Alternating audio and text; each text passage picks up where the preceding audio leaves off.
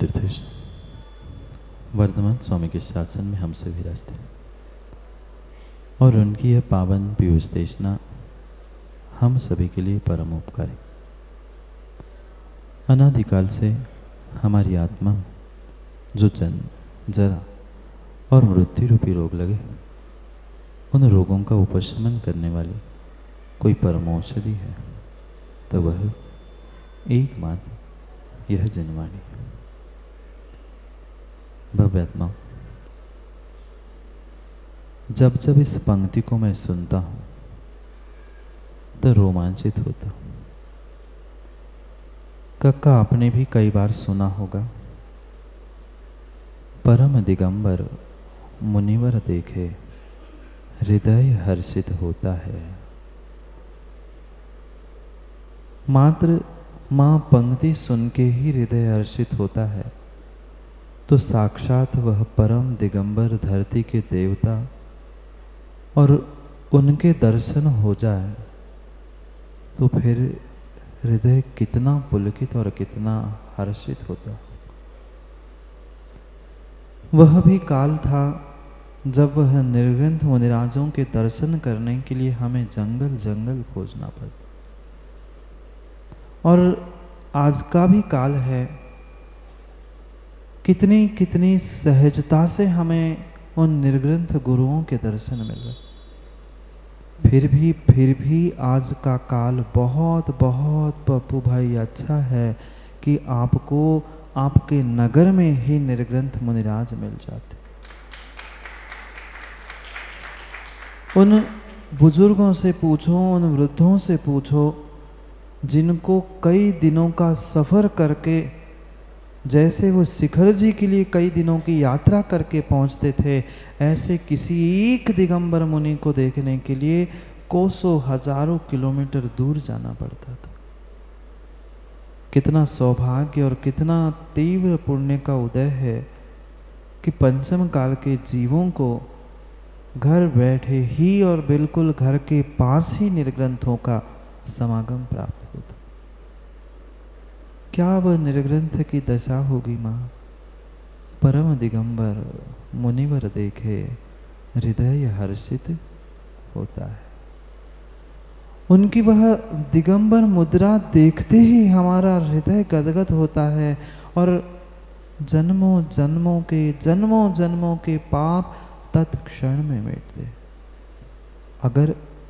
अगर स्वतंत्र भाई तुम्हारे भीतर श्रद्धा है तो, अगर उस निर्ग्रंथ मुनिराज को देखकर तुम्हें कोई नंगा दिख रहा है, कोई इंसान दिख रहा है, तो कर्मों की निर्जरा करने की जगह तुम कर्मों का बंध कर लेते। विचार करो उन निर्ग्रंथ मुनिराजों के ही बारे में जिन्होंने अंतरंग बहिरंग सब परिग्रह छोड़ दिया। अपने उस यथाजात रूप को धारण करते हुए उन्होंने अपने आप को और पूरे ब्रह्मांड को कल्याण का मार्ग दिखा। कितनी निरपेक्ष वृत्ति राजेश पटना उन निर्ग्रंथ मुनिराजों की होगी। आज जहां प्रत्येक संसारी जीव स्वार्थ के लिए जी रहा है, स्वार्थ के लिए मर रहा है, वहां निस्वार्थ भावना से वे धरती के देवता यत्र तत्र विचरण करते। कोई लोभ, कोई राग, कोई द्वेष, कोई स्वार्थ नहीं। निस्वार्थ भावना से मात्र और मात्र उस रत्नत्रय धर्म की प्रभावना में जो लीन है, वे ही सच्चे दिगंबर साधु है, धरती के देवता। बहुत सारे जीवों को इस बात पर सुमन जी परेशानी है कि महाराज आप देवता कैसे कहते हो? भगवान तो मात्र अरिहंत सिद्ध होते हैं, मुनिराज भगवान नहीं होते। समझते कहाँ हैं आप? समझते कहाँ हैं? क्या माँ सिद्धों को आपने देखा? बोलो, आपने सिद्धों को देखा? नहीं देखा। अरिहंत मिले इस काल में आपको? नहीं मिले। अरिहंत नहीं मिलेंगे, सिद्ध दिखते नहीं हैं। पर उन बनने वाले सिद्धों ने जो अरिहंतों का भेष धारण किया है, ऐसे धरती के देवता ही दिगंबर मुनि उस भगवान के तुल्य। क्योंकि जो सिद्ध है वे सिद्ध भगवान सिद्धालय छोड़ के नीचे नहीं आएंगे, और अरिहंत भी जो है वे कभी धरती पर नहीं चलते। देखा, कभी पढ़ा? अरिहंत भगवान जमीन को स्पर्श करते, धरती पर नहीं चलते, वे अधर चलते हैं। और धरती पर चलने वाले उस अरिहंत की मुद्रा को धारण करने वाले कोई है तो वे दिगंबर मुनिराज होते हैं। कितना कितना कितना कितने जन्मों का और कितने जन्मों का पुण्य एकत्रित किया होगा, पता नहीं इस अरिहंत विहार वाले सब भव्य जीवों ने, कि जिसके निमित्त से वह आपको साक्षात निर्ग्रंथ गुरुओं का आपके ही कॉलोनी में सानिध्य प्राप्त। वास्तव में इस नमोस्तु शासन को स्वतंत्र भाई कोई जयवंत कर रहा है तो ये धरती के दिगंबर देवता है। वे कुछ भी नहीं करे दाऊ पर, मात्र नगर की गली से निकल जाए और किसी ने मात्र हाथ जोड़ के मां नमोस्तु कर दिया, जिन शासन की पताका दिग्दिगांत में लहरा। आपको प्रभावना करने के लिए बैंड, ढोल, नगारे और पता नहीं कितने कितने काम करने पड़ते हैं। और निर्ग्रंथ मुनिराज मात्र नगर से निकल गए तो कहते, देखो ये दिगंबर देवता चले गए हैं। क्यों कहा देवता? क्यों कह रहे भगवान? क्योंकि वे भगवान का रूप धारण करने वाले हैं और भगवान बनने ही वाले हैं। और वे अरिहंत जमीन पे चलते नहीं है, सिद्ध बन गए, वे लौट के आते नहीं है। इसलिए आचार उपाध्याय साधु उन पंच परमेष्टि में धरती के देवता है, धरती पर चलने वाले देवता। महान महान उन पूर्वाचार्यों की अनुकंपा है, महान उन पूर्वाचार्यों की अनुकंपा है। अगर पूर्वाचार्यों की अनुकंपा नहीं होती तो आज आपको नगरों में मुनिराज दिखाई नहीं देते। ये भले ही उनकी क्रिया की अपेक्षा से आचार्य भगवंतों ने व्यवस्था बनाई है कि पंचम काल में मुनिराज कहाँ बैठे, कहाँ निवास करे, क्योंकि गीतों में भजनों में तो यही पड़ा है, वास जिनका चित्त गुफा में नदी पर्वत तट पर रहते हैं। ये पंचम काल के जीवों का विश्वास मानना माँ बहुत बहुत बहुत पुण्य का उदय है। पाप का तो उदय है, इसलिए पंचम काल में आए, खोटे पंचम काल में आए, पर पाप के साथ साथ थोड़ा सा पुण्य का भी उदय था, जिस कारण से शैलेंद्र भाई तुम्हें वह निर्ग्रंथ मुनि दिखाई दे रहे हैं। नहीं, चौथे काल में वह जंगल में रहने वाला वह शेर आज नगर में है। क्यों? कारण बता रहे हैं आज शिवकोटि स्वामी।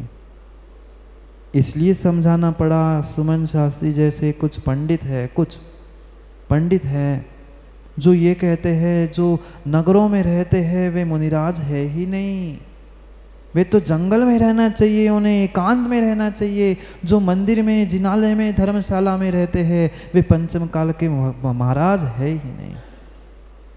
भ्रम मिटाओ राजेश भाई, कष्ट हटाओ, अपने भीतर के भ्रम को हटा दो, कष्ट मिट जाएगा। इसी कारण से तुम्हें कष्ट है कि ये ऐसा और वो वैसा, आगम के परिप्रेक्ष्य में समझो ना।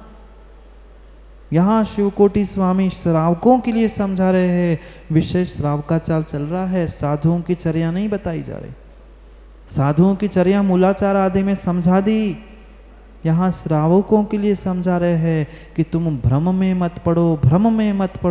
भ्रम तुम्हारे भीतर कुछ लोगों ने जो उत्पन्न किया है कि मुनिराज तो जंगल में रहने वाले होते हैं, पंचम काल में जंगल निवास का निषेध है।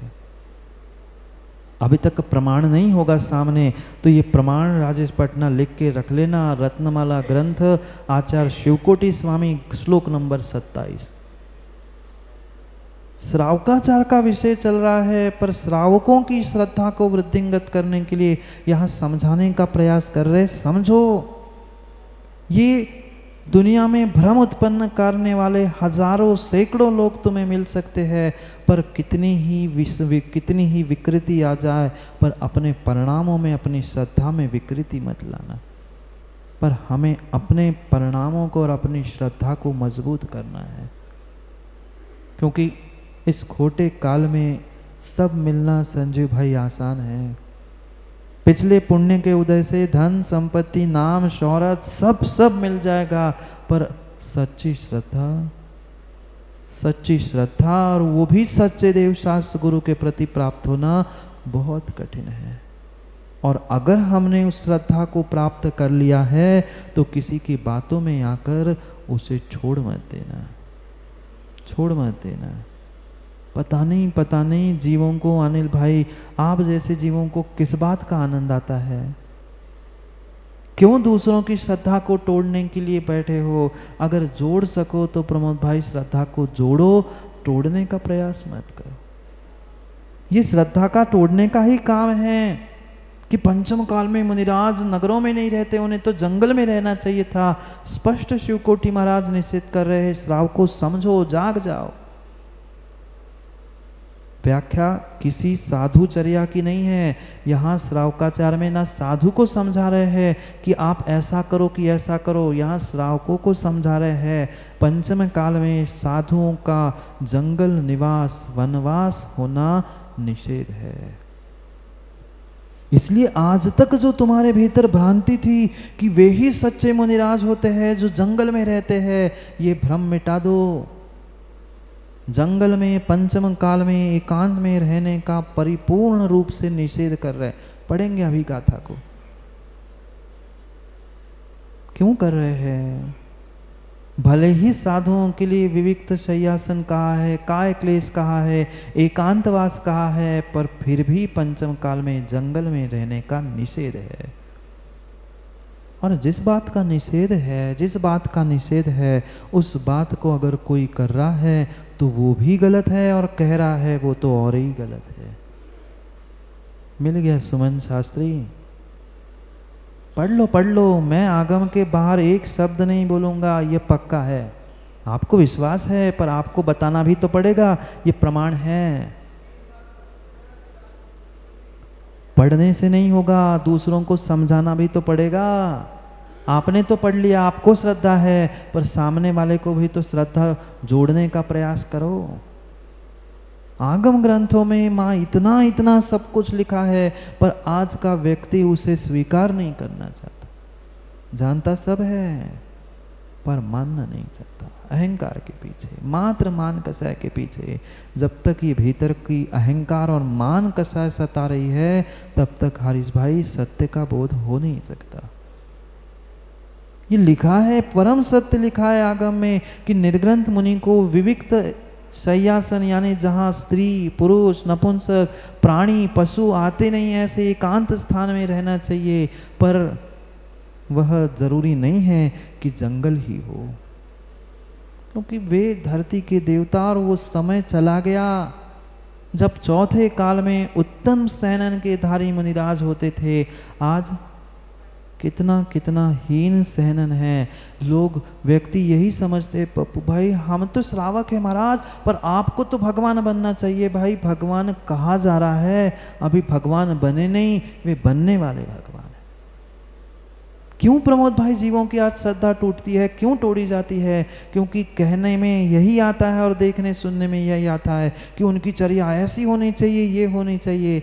भाई जो एक स्टैंडर्ड फॉर्मेट लिखा है, जब संजीव भाई तुम श्रावक के अपने फॉर्मेट में श्रावक सद श्रावक नहीं बन पा रहे हो, तुम दूसरों को क्यों अच्छा देखना चाहते? जो गलत कर रहा है वो गलत कर ही रहा है, उसकी पुष्टि नहीं है। पर जो हमने समय से अधिक, काल से अधिक जो सोच के रखा है, हम बहुत सारे सामने वाले से एक्सपेक्टेशन करते हैं और वो नहीं उतरता, हम दूर हो जाते। भूल नहीं करना, ये श्रावकों के सद श्रावक बनने की विधि समझाते हुए उनकी श्रद्धा को ठोक ठोक बजा बजा के कह रहे हैं कि भाई मत बातों में आना, मत किसी के बातों में आ जाना। तेरी श्रद्धा निर्मल है तो तुम्हें पंचम काल के उन निर्ग्रंथ मुनिराजों में भी भावी सिद्ध और अरहंत की मुद्रा दिखेगी, और श्रद्धा नहीं है तो तुम्हें नंगे पुंगे देखेंगे। अपनी भीतर की श्रद्धा को टटोल के देख लो कि मेरे भीतर कितनी श्रद्धा है उस सच्चे देव शास्त्र गुरु के प्रति। श्रद्धा नहीं है तो माँ कोई तुम्हारा कल्याण करने वाला नहीं है।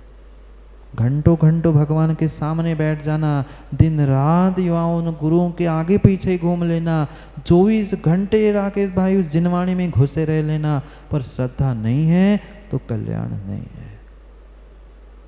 क्योंकि विधि समझा रहे थे शिवकोटि स्वामी रत्नमाला ग्रंथ में अपने आप को सद श्रावक बनाने के लिए, और उस सद श्रावक बनाते बनाते वह प्रतिमा का व्याख्यान हुआ, क्या खाना क्या नहीं खाना, ये सब कुछ समझाने के बाद आप कह रहे हैं जो भीतर की श्रद्धा है ना उसको भी थोड़ा मजबूत करो, उसको भी थोड़ा सा मजबूत करो। थोड़ा सा कुछ विपरीत कार्य हो गया, हमारी श्रद्धा डगमगा गई। इसलिए जो मन में भ्रांति है श्रावक को निकाल लो। मन में जितनी जितनी हमारे भीतर भ्रांति है कि ऐसा होना चाहिए था, ये ऐसे है वो वैसे है, ये ऐसा वैसा कुछ नहीं, ऐसा है। जो लिखा है आगम में उसे पढ़ो जानो। आज तक श्रेयांश भाई मात्र बाबा वाक्य प्रमाण, हमारे दादा ने कह दिया, हमारे पिता ने कह दिया, हमने इसने कह दिया, मात्र इनको प्रमाण मत मानो, आगम ग्रंथों को पढ़ो। अपनी श्रद्धा की आंख खोलो और इस आगम ग्रंथों को पढ़ो। भले ही विविक्त वसति का विविक्त शयनासन कहा है, पर इसका अर्थ नहीं है पंचम काल में आप अकेले जाके जंगल में रहो। ये सोच भी मत लेना राजेश जी, नहीं तो सोच लो कि हम दीक्षा लेके अकेले घूमने लग जाएंगे। नहीं, किंचित नहीं, ये संभव ही नहीं है। पंचम काल में स्पष्ट निषेध कर रहे हैं। ठीक है, स्वीकार है कि आप जहाँ देवगृह में, जिनालय में, मंदिर में या किसी धर्मशाला में शून्यागार, विमोचित आवास, जो छूटा हुआ खाली रिक्त स्थान है, घर है, शून्यागार है, जहाँ कोई आता जाता नहीं है, ऐसे ही स्थान में तुम्हें रहना है। ऐसा किंचित भी नहीं लिखा कि घर में रहना है मतलब कोई रह रहा है उनके साथ मुनिराज भी रहे, बिल्कुल नहीं। जहाँ राग द्वेष आदि की वृद्धि हो रही है, ऐसे स्थान में रहने का निषेध आज भी है।